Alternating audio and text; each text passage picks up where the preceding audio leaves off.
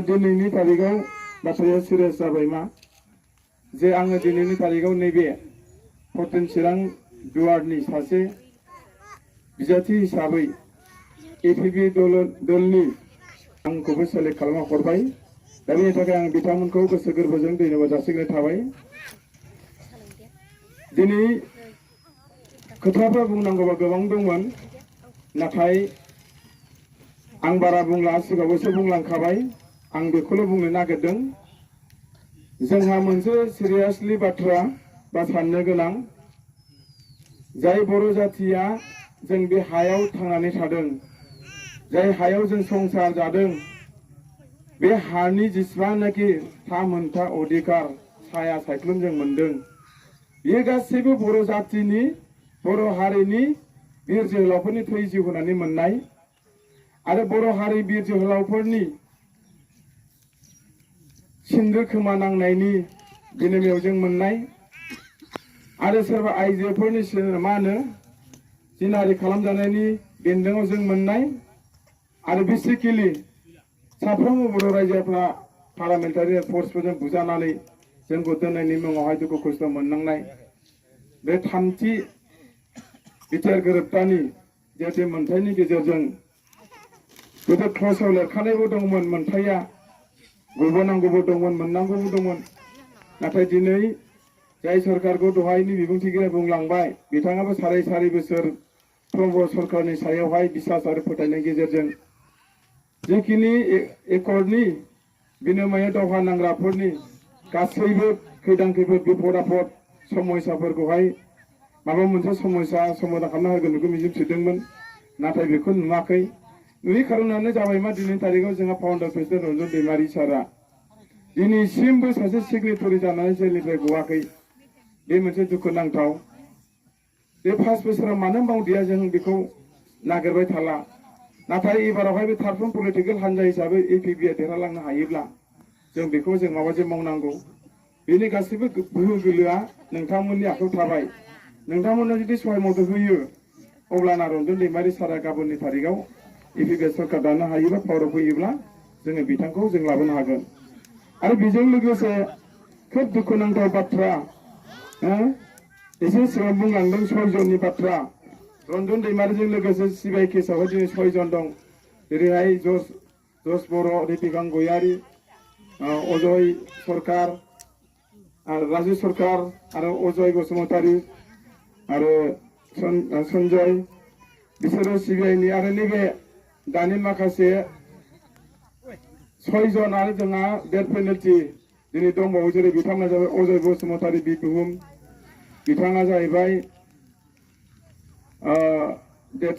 Death sentence, आरो सासे जाहैबाय नितुल दैमारि, एन नायहाब, आरो बिष्णु नार्जारि, एन बेरेमा, आरो सानसु बरदलै, आरो रबि बसुमतारी बे रंजाबाजा, आरो बेजों लोगोसे प्रदीप ब्रह्म बि फोलेर। दिनै बिथांमोना आरोबाव बे साब्रैया जाहैबाय लाइफ सेन्टेन्स आरो सानैया जाबाय डेथ सेन्टेन्स। दिनै बुंनो थाङोब्ला बिराद गिदिर मोनसे समस्यायावनो दिनैसिमबो दङ। जाय बिथांमोननि समस्यानि थाखाय, जाय बिथांमोननि मावनायनि थाखायनो दिनै जेल जानांनाय, बुथारजानायनि थाखायनो बे बिटिआर सरकार जादोंमोन। बे बुस्थुआ दिनै साक्सेस महर जायाखिसै। बेनिखायनो आं दिनै नोंथांमोनखौ बुंबावनो सानदों, जाय बाथ्राखौ दहाय एसे बुंदों, जोंनि 3 बोसोर दावहा नांनायाव जाय बिर जोहोलाव, जाय एकर्डनि गेजेरजों दिनै बिथांमोना सियाराव जिरायनो मोन्दों, एसि गाखोनो मोन्दों, थाखा फैसा दैनो मोन्दों, न' गोजौआव थानो मोन्दों, बिथांमोना दिनैनि तारिखाव जों एनडिएफबि माखासे गिबि मुंख्लं जानाय बिथां बि बाम्बुरगोरा बसुमतारीनि थैनाय गिबि सान, बेयो फैगौ 14 सेप्तेम्बराव प्रत्येक बोसोराव जायो। नाथाय बिनि मुङाव दिनैहाय बिटिआर रेकर्ड जाखांनायनि उनावहाय बे थैनायफोरनि मुङाव जोंहा मोनसे सिमेट्रि थानांगौमोन। नाथाय दिनैनि तारिखाव बे 5 बोसोरावबो दिनै बिथांमोना जोंनो बेखौ मावना होनो हायाखै। खोब दुखुनांथावसो बाथ्रा जायो मा, जोंनि गेजेराव मोनसे साननो गोनां बाथ्रा, जाय बाथ्राखौ जों बुङामोन, आरो आं बेखौ बुंनायाव एगेन्स्टबो नङा, आरो आं बेखौ बुंनायाव सोरखौबा एन्सार खालामनानैबो बुंनो नागिराखै। आं मोनसे एग्जाम्पल हिसाबै बुंनो नागिरदों। दिनै तारिखाव जोंहा बर'नि गेजेराव सासे गिबि एबसुनि मुंखौनो थैनाय सुजित नार्जारी बिथांखौ दिनै बर' जातिफ्रा आन्दलनाव गिबि खेब थैनाय हिसाबै बिथांखौ दिनै बोसोरफ्रोमबो बिबार माला धुप धुना सावनानै बिथांखौ मान होयो आरो बिथांनिफ्राय जोङो बर'फ्रा बर' दैदेनगिरिफ्रा आर'ज गाबो बा बोर बियो आरो बेजों लोगोसे हारिनि बिफा उपेन्द्रनाथ ब्रह्म दिनै बिथाङाबो जाथि गसायनि समाव खौसेथि आरो गोरा आरो गोख्रों गसंथानांगौनि थाखाय हारि दानांगौनि थाखाय बिथाङा बेवहायबो बिहोमा थालांबाय नाथाय बिथाङा गेजेराव थैलांबाय दा बिथाङा थैखांनायनि उनाव दिनै थारिखआव बिथांमोनखौबो दिनै हारिनि बिफा होननानै बोसोरफ्रामबो उपेन्द्रनाथ ब्रह्मनि मुङाव दिनै बिबार माला बावनानै आशीर्बाद लायो बा बोर लायो बा सनमान होयो नाथाय दिनैनि थारिखआव 34 बोसोर दावहा नांनाय बिर जोहोलाव बाम्बुरगोरा बसुमतारीखौ दिनै बर'फ्रा मानो खेबसेनि थाखाय मानो खुलुमनो हाया दिनै एकरा बिनि थाखायनो जालांबाय नाथाय बिथांखौ दिनै मानो खुलुमा सुजित नार्जारीखौ जुदि खुलुमनानै सनमान होनो हायोब्ला उपेन्द्र ब्रह्मखौ जुदि खुलुमनानै सनमान होनो हायोब्ला 34 बोसोर दावहा नांनायाव बिटिआर एकर्डनि माखासे गुबै मोनथाय आरो अधिकारा बिथांमोननि थाखायनो जाबोदोंब्ला दिनै बिथांखौ मानो 5 बोसोराव खुलुमनो थाखाय मोनसे बेनि मुङाव मोनसेबो दिनै नामाव नमेनक्लेचार नाम मोनसेबो गैया दिनै सुजित नार्जारी नामाव जायगा नाम मोनबाय उपेन्द्रनाथ ब्रह्मनि मुङाव गोबां जायगानि नाम मोनबाय आं दिनै बिथांमोननि नाम मोननायखौ गाज्रि मोननानै बुङाखै जास्ट एग्जाम्पल हिसाबैसो आं बुंनो नागिरदों जुदि बिथांमोनखौ जुदि सनमान होदोंब्ला बिथांमोन आन्दलन जुदि थैदोंब्ला नैबे जोंनि मानगोनां बिथां बाम्बुरगोरा बिथांखौबो जों सनमान होजानो लुबैयो दा बेखिनि मावैनि थाखाय दिनै एक्स एनडिबिफ्रा दिनै दुखु मोनदों जोंखौ सनमान होआखै जोंहा दिनै मोनथायानो गैया बेफोरनि थाखायनो दिनै साननो गोनां जादों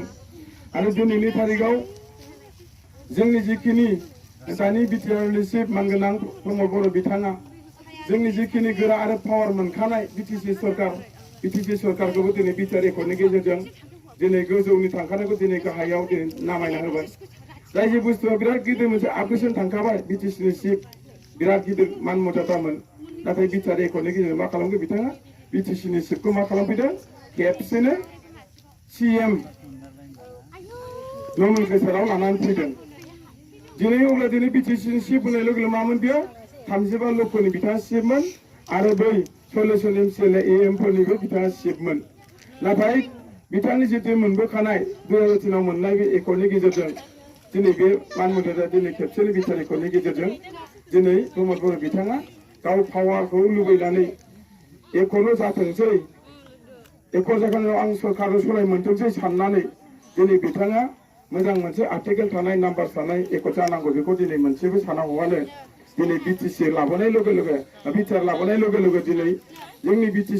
बिटिसिनि बा बर'फोरनि माखासे गोजौ थाखानाय मान मर्यादाया दिनै बिटिआर एकर्डनि गेजेरजों प्रमद बर'नि दैदेननायनि गेजेरजों दिनै खेबसेनो खारख्लायबाय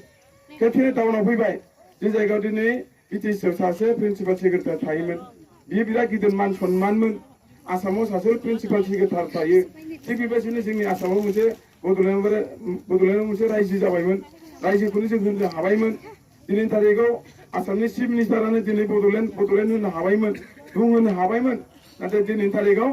जिखिनि मान मर्यादा मोननानै जुदि प्रिन्सिपाल सेक्रेटारि जों मोनदोंमोन नाथाय बेखौ बिटिआर एकर्डनि गेजेरजों खेबसेनो डाउन खालामनानै बेखौ मा नाम मोनबोदों सिअआव नाम नारफायनानै लाना फैबाय होमबा दिनै खेबसेनो आरोबाव गाहाय खारख्लायदों खारख्लायनाय बेजों लोगोसे दिनैनि थारिखआव जोङो बुहुत साननो गोनां दिनै फैबाय बेनिखायनो दिनैनि थारिखआव जोंनि हारिफ्रा जिखिनि मोनखानाय हा 6 सिडुलनि बाथ्रा प्राइभेट लेन्ड ब्लकनि बाथ्रा जोंनि ट्रेडिसननि बाथ्रा जोंनि इयुन जेनेरेसननि बाथ्रा जोंनि आबादारि मावनांगौ जानायनि बाथ्रा जोंनि माखासे जेनेरेसनफ्रा इडुकेसनाव आग बारायनांगौनि बाथ्रा जोंनि रायजो राजाफ्रा जायखि जेरावखि थाया मानो समान मोनथाय समान अधिकार कारेन्ट लामा दालां स्कुल कलेज बेफोर गासैबो समान मोनथाय मोननांगौमोन नाथाय दिनैनि थारिखआव माखासे बिटिआर सरकारा 5 बोसोरनि सिगाङाव बिथांमोना सरकार दानायाव प्रतिश्रुति होदोंमोन दिनै बेफोर मोनसेबो जादिया आं बेखौ दिनैहाय फारि फारि आं बुंनो दिनै थांला बेखौ साफ्रोमबो बर' रायजोफोरा मोनथिगौ बेनिखायनो आं दिनैनि थारिखआव बेखौल' बुंनो नागिरदों जे जोंहा दिनै बिटिआरआवहाय बा बिटिसिआवहाय माखासे क्लजफोर दङ बिटिआर एकर्डआवहाय बे क्लजफोरा दिनैनि थारिखआव साननो गोनां बे क्लजफोरखौ जुदि जों बन्द' खालामा अब्लाना जों बर' माहारिया साननो गोनां खारना मा आं बुंदों सानसे समाव बे बिटिसि एकर्डनि गेजेरजों मोनसे जुगारफोरखौ बे जाखानाय बे बेबादिनो बिटिआर एकर्डनि गेजेरजों जुदि गाबोन बे स्क्रिप्ट जुदि बे इमप्लिमेन्टेसन जागोन बा मोनसे एक जानानै फैगोन बिटिसिआ बायनाय लोगो लोगो बिटिआर जुदि माबा जानांगौब्ला एक जानांगौब्ला मा जागोन बे हाबलाय ओंखारनाय जाबाय थासिगोन सोरबा हाबा सोरबा थायाबा थांनो हागोन सोरबा थायोबा हाबनोबो हागोन होननानै जोङो बे क्लसाव लिरनाय दंखायो थिग बेबायदिनो दिनैनि थारिखआवहाय सानसे समावहाय बै तामुलपुर बाजियाव अना बर'फ्रा दिनैसो आं नाम लाबाय दिनै बे गुबुन हारिफ्रा बिटिसिआवहाय 575ता गामि थाया होनना बुंदोंमोन नाथाय बे समाव मोनसे बिटिसि आयेन जाना थाखानायखाय दिनै बिथांमोन ओंखारलांनो हायाखैमोन नाथाय एबार बिटिआर एकर्ड जानायनि गेजेरजों बे दिनै लेरखाना थाबाय सोरबा थायाबा थांनो हागोन बेखिनि मेसेजखौ मोनखानाय बायदि लेरखाना थानाय बायदिनो दिनै बेयाव जोंनि बिटिसि ओनसोलाव थानाय गुबुन गुबुन जाथि जनगोष्ठीया गाबोन गोसोबा बिथांमोना ओंखारलांनो हासिगोन बेबायदि मोनसे एक थानाय हिसाबै जों बेखौ साननो गोनां जुदि बे एकआ जुदि जायो अब्लाना मा जागोन बियो जोंनि बड'लेण्डआ जोंनि जुदि फैजि होनानै मोनखानाय 6 शेड्युलआ ट्राइबेल बेलुं पावारा मा जागोन बे लासैनो सेटेलाइट काउन्सिल जासिगोन बे जेरैहाय जोंनि आसामाव 10टा काउन्सिल दङ बिथांमोना सेटेलाइट काउन्सिल गोजा नाथाय नैबेल' जोंनि बिटिसिआल' सेटेलाइट काउन्सिल नङा बावहाय जोंहा मोनसे एसेम्बलि दं बावहाय सासे स्पिकार दङ बेनिखायनो बेयो गोहो गोरा आरो बिराद पावारफुल दा बेखिनि पावारफोरखौनो दिनैहाय गुबुन जाथिफ्रा दिनैसो गाबोन एसे सोरबा गुरुं सरकारनि गेजेरजों हाबफालांनायनि गेजेरजों बे बिटिसिखौ दंस' खालामनो नागिरदों दा बेनिखायनो दिनैनि थारिखआव जाय बर्तमान प्रमद बर' सरकार सालायदों बिथांनि थ्रुयैनो जुदि बर' जाथिया गाबोन दंस' जागोन बेखौ जों नोजोर बोनानै जोङो माबोरै गाबथानो हागोन माबोरै जोंनि गासैबो मोनथाय अधिकारफोरखौ जों सेभ खालामनो हागोन बेखौ नोजोर बोनानैनो जोंनिनो माखासे सान्थौ आरो सानगिरिफ्रा एक्स एनडिपिनि फरानि दैदेनगिरिफ्रा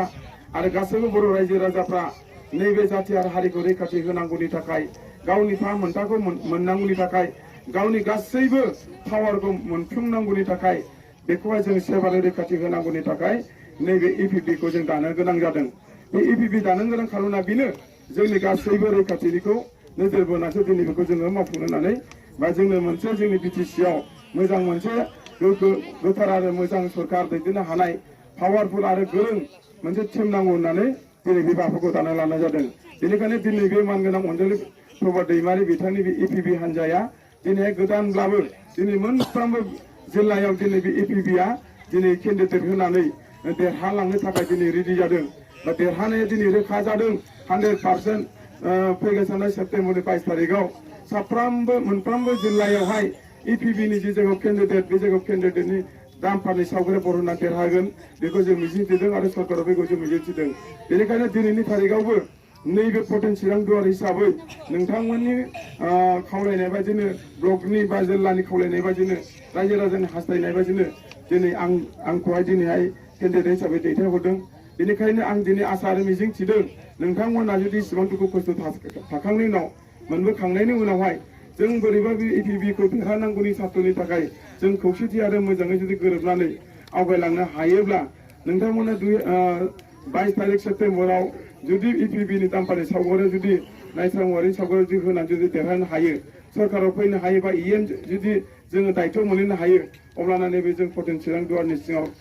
गिदिर आरो फिसा समस्याफोरखौ जोङो नोंथांमोनजों थानानै जेसेबां हायो एसेबां सोङै गोरोबलांनानै जिखिनि पावार मोनदों जिखिनि गोहो मोनगोन बेखिनि जोङो नोंथांमोनजों थाफानानै खामानि मावनो थाखाय आं दिनै रेडि जादों बेनिखायनो दिनैनि थारिखआव बेखिनि देरहालांनांगौबा बेखिनि पावारखौ लाबोनांगौबा बेखिनि मोन्थायखौ जुदि लाबोना होफैनांगौबा बेवहाय नोंथांमोना बयबो सहाय मदद होनांगोन बयबो बुजिनांगोन आरो बेसिकेलि बे सा ओनसोलनि रायजो राजाफ्रा दिनै गोबां हा हुनिबो समस्या जाबाय स्कुल कलेजनिबो समस्या जाबाय लामानिबो खोथा थाबाय दिनै बे गोजान दिनै सान्थिफुराव थांनांगौ खुंग्रिङाव थांनांगौ दिनै बाव मोजां स्कुल गैया बेवहाय प्रफेसनेल स्कुल गैया भेन्सार स्कुलफोर दंजोबो बेफोरनि थाखायबो माखासे इडुकेसन सेक्टरावबो खामानि मावनांगौनि सार्थ'नि थाखाय दिनै गोबां समस्या थाबाय दा बेफोरखौ मावनांगौ जायोब्ला जों एक्स एनडिपि हिसाबै 30 बोसोर दावहा नांनायाव नोंथांमोननि जिबायदि मोन्थाय आरो अधिकार जिबायदि दुखु खस्थ' सैबोनांनाय बेखौ जोङो बांसिनानो जों गोदो नुखानाय आरो जों थाना जाबोखानाय हिसाबै जों बेखौ जों मोनथिखायो बेनिखायनो नोंथांमोना दानि जिखिनि हाग्रामा महिलारि 17 बोसोर सासन खालामलांबाय बिथांमोना गावसोरनि पावाराव थानाय समाव मा मावनांगौ बिथांमोना दिनै मावलांबाय नाथाय दिनै नोंथांमोननि मदद होनायनि थाखाय बिथांमोना दिनै देरहालांदों आरो प्रमद बर' बिथाङाबो नोंथांमोननि जिथु नाजानाय आरो फोथायनायनि गेजेरजों नोंथांमोनाबो बेखौ मदद होदोंमोन नाथाय बिथाङा दिनै 5 बोसोराव जोंखौ मा खालामखो जोंखौ मा खालामाखै मा थगायदों मा थगायाखै मा होनो होदोंमोन मा होनो दिनै मा मोनखो दिनै बेफोरखौ नोंथांमोना बयबो मिथिजोबखागौ ओंखायनो दिनैनि थारिखआव प्रमद बर'आ जिबायदि थगायदों नाथाय नैबे इपिबिआ मालाबाबो थगायसुला आफाद नङा आरो इपिबिनि जाय दैदेनगिरि बा केन्डिडेटफोर बिथांमोना मालाबाबो दिनैनि थारिखआव जोङो पलिटिसियानबो जों जायाखै आरो जों बेबायदि राजनिति खालामनानै 15 बोसोर 17 बोसोर पार्टि खालामनानैबो जों दिनै समाजनि गेजेराव गुबुंले खालामफेराखै बेनिखायनो दिनै जों गोदान जायखौ जों मिथिगौ जायखौ जों नुदों जायखौ प्रब्लेम बेखौ जोङो नोंथांमोनजों फेस खालामनानै जों हानायखिनिखौ जों खामानि मावलांगोन बेनिखायनो नोंथांमोना जोंखौ फोथायनांगोन जोंखौ बिश्वास लाखिनांगोन खारना जाबाय मा जोंहा बेवहाय दुखु दं हारिया माबोरै थांनांगौ हारिखौ माबोरै रैखा खालामनांगौ जोंनि राव हारिमु धोरोमफ्रा कालचारफ्रा गाननाय जोमनायफ्रा बोरै सेभ जानांगौ बेफोरखौ नोजोर बोनानै दिनै बे इपिबिआ जन्म जादों आं बेखिनिखौ बुंबाय आरो जोंहा बिराद गिदिर समस्या दिनैनि थारिखआव जाय बिथाङा दहाय बुंदों बेवहाय फ्रायानो जों बर'फोर गोजा बुंनो थाङोब्ला एसेब्लाबो प्रमद बर' जाय बाथ्राखौ दिनै बिजन डकुमेन्टनि बाथ्रा बुंबाय थादों प्रमद बर' दिनै 26टा हारिनो बा 25टा हारिनो दिनै 25टा हारिनो दिनै बिजन डकुमेन्ट दिनै खालामना होनो नागिरदों जुदि बे बिजन डकुमेन्टआ जुदि गाबोन जुदि एक्ट जायो जुदि बे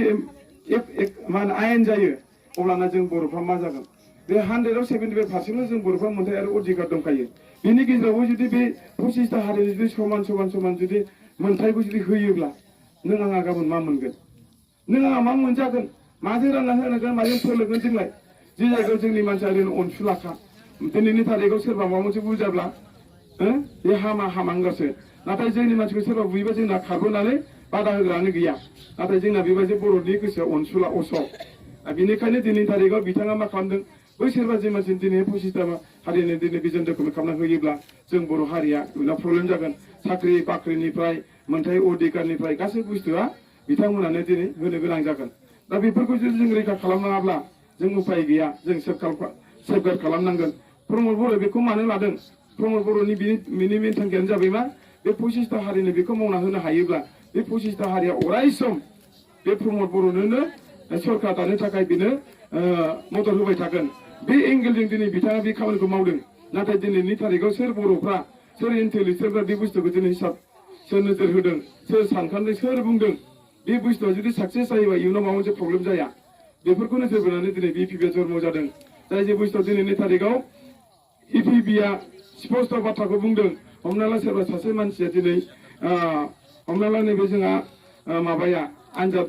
ब्रह्म बिथाङा दिनै गावनि नसुंसेनि सेरनि बारिखौ एवबाय बारिखौ एवखांनाय लोगो लोगो मा जाखो दोखो दोखो जाबाय दाना बेवहाय मा खुबैनांगौ बे बिथाङा दिनै गोसोबादि खुबैना लानो हाया खारना जाबाय मा गोजौआव सोरबा दङ बे गोजौनि बाथ्राखौ आवाज मोनागौ मानि बिथाङा डिरेक्सन हरागौ मानि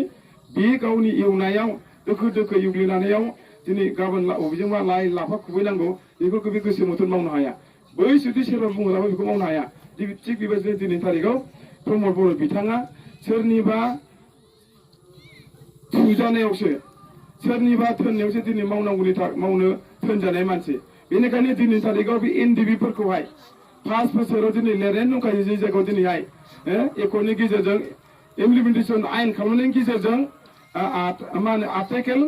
9.4 क्लसाव लिरखानाय दंखायो जे एनडिबिफोर गासैबो समस्या सर्ट जाजोबनांगौ होननानै बेयावनो लिरनाय दंखायो दिनैनि थारिखआव बेखौ दिनैहाय 5 बोसोराव दिनै मावनो हायाखै आरो मोनसे बाथ्रा दंबावो मा बिलाय दुलाराय बर' फरायसा आफादा जाय समावहाय प्रमद बर' बिथाङा गावनो 9 बोसोर 12 बोसोर दिनै दुलाराय बर' फरायसा आफादनि चिफ जाबोदों दिनै सानसे समाव बिथाङा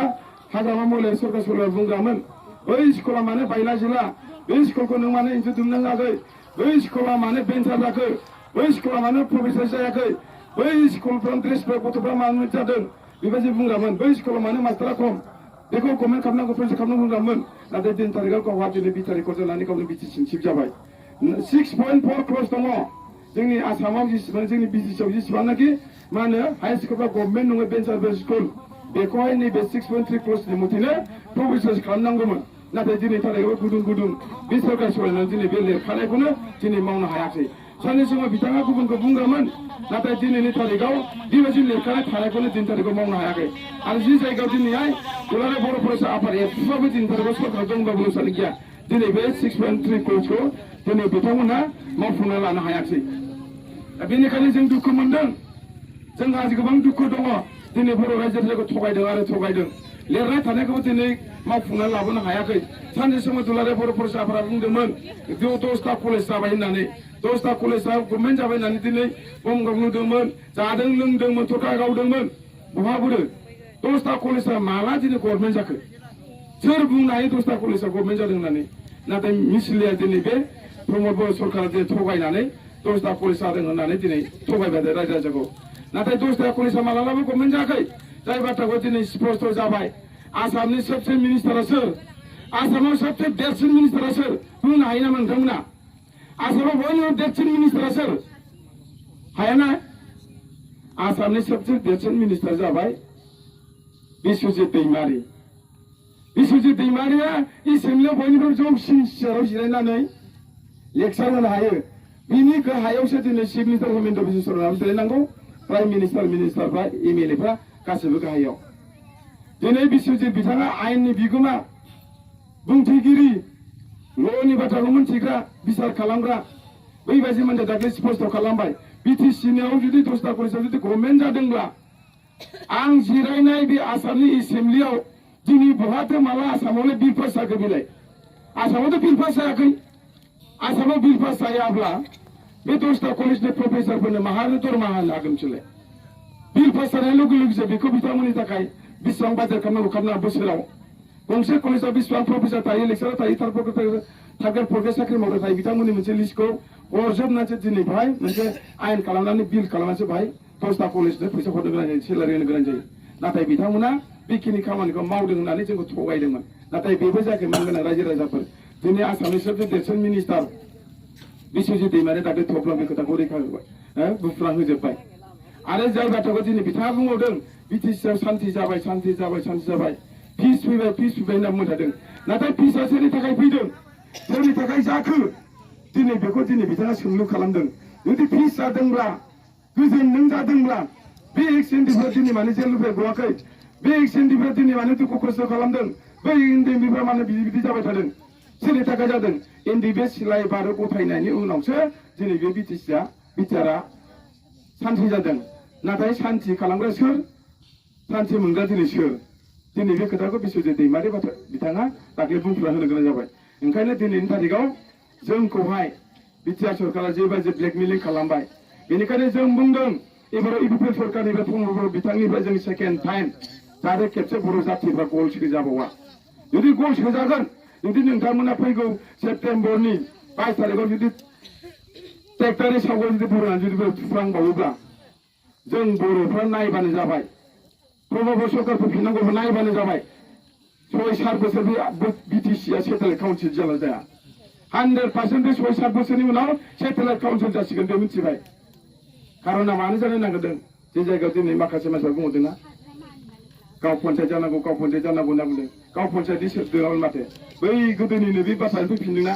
आं दिनै गासैबो खोथाखौ बुंला ओंखायनो नोंथांमोनखौ दिनै खावलायदों जे अननानै बिथांमोनखौ जुदि हाग्रामा महिलारि बिथांखौ जुदि 15 बोसोर सासन खालामनो मदद होबाय बिथांमोनखौ दोनथ'दो 5 बोसोरनि थाखाय नोंथांमोना 5 बोसोरनि थाखाय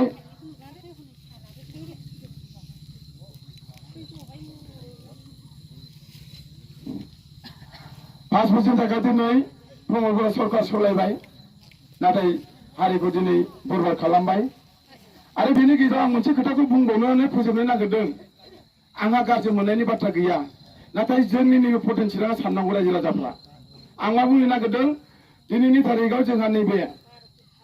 बिटिसिनि जिहेतु आगोलनि डिपुटि चिफ खाम्फा बरगयारी बिथाङा बिपिएफनि समावबो बिथाङा 2 बोसोर इन्टारिमाव बिथाङा डिपुटि चिफखामोन आरो इलेक्सन गेलेनानै 15 बोसोर बिथाङा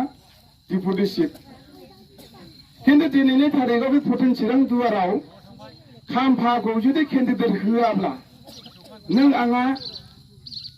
रावखौबो नुवाखै नामा जुदि खाम्फा गैयाबा पटेनसियेलआ रावबो मावनो हाग्रा मानसि गैला नामा खाम्फा गैयाबा पटेनसियेलखौ दैदेननो हानाय गोरोंसिन मानसि गैला नामा ना खाम्फानि अनगायै नोंथांमोना बे पटेनसियेल दुवारनि सिङाव साफ्रोमबो रायजो राजाफ्रा खाम्फानि उनाव जेनेरेसनखौ दोनलांनांगौ दंना गैया जेनेरेसना मोन्थाय दंना गैया ना बिथांनि मावनायानो जे राइटजोब नामा बे खोथाखौ नोंथांमोना सान खाम्फा बरगयारि गाबोननि थारिखआव 60-70 बोसोर जायोब्ला गेलेनो हाया मा खालामगोन बियो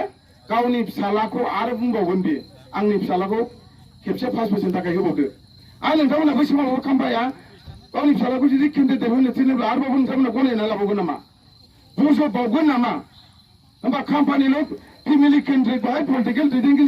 जानांसिगोन नामा नों आंहा मोनथाय अधिकारानो गैला नामा बेखौ रायजो राजा बुजिनाया मोजां साननायाबो मोजां